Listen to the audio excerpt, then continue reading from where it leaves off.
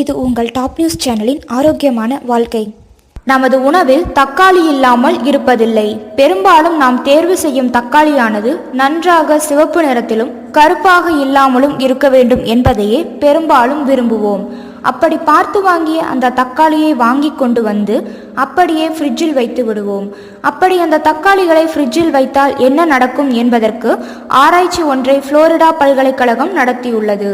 இது பற்றிய ஆய்வறிக்கையை ஆராய்ச்சியாளர்கள் வெளியிட்டுள்ளனர். இந்த ஆராய்ச்சியானது தக்காளியின் மரபணுவில் நடத்தப்பட்டது.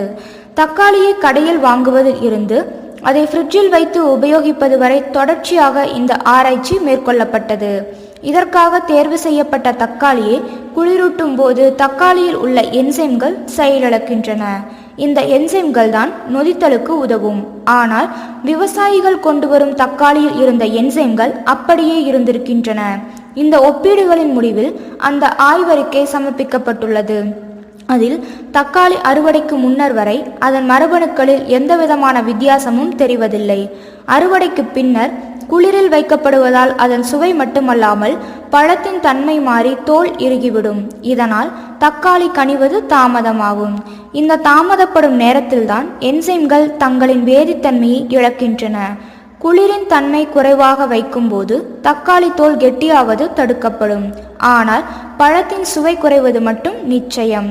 தக்காளியின் சுவையை அதிலுள்ள அமிலம், சர்க்கரை உள்ளிட்ட 15 முதல் 20 விதமான மூலக்கூறுகள் தான் தீர்மானிக்கின்றன. மேலும் அந்த ஆராய்ச்சியில் குளிரில் தக்காளிகளை சேமிப்பதால் இனிப்பு மற்றும் அமிலத்தில் எந்த விதமான மாற்றமும் இருக்காது.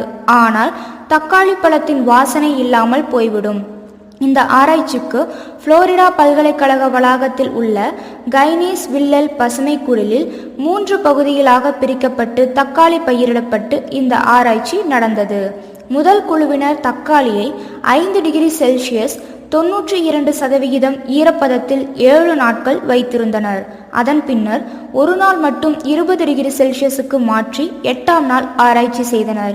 இரண்டாவது குழுவினர் தக்காளி சுற்றுப்புற வெப்பநிலை இல்லாமல் 8 நாட்கள் 5 டிகிரி செல்சியஸ் அளவில் குளிரூட்டி தனது ஆராய்ச்சியை மேற்கொண்டனர். மூன்றாவது குழுவினர் தக்காளியை குளிரூட்டாமல் ஒரு நாள் தாமதமாக 9ஆம் நாள் ஆராய்ச்சி செய்தனர். இறுதியாக வெளியிடப்பட்ட அறிக்கையில் குளிரூட்டப்பட்ட தக்காளியின் சுவை, என்சைம்கள் மற்றும் அதன் சத்து ஆகியவை 65% குறைந்திருக்கின்றன.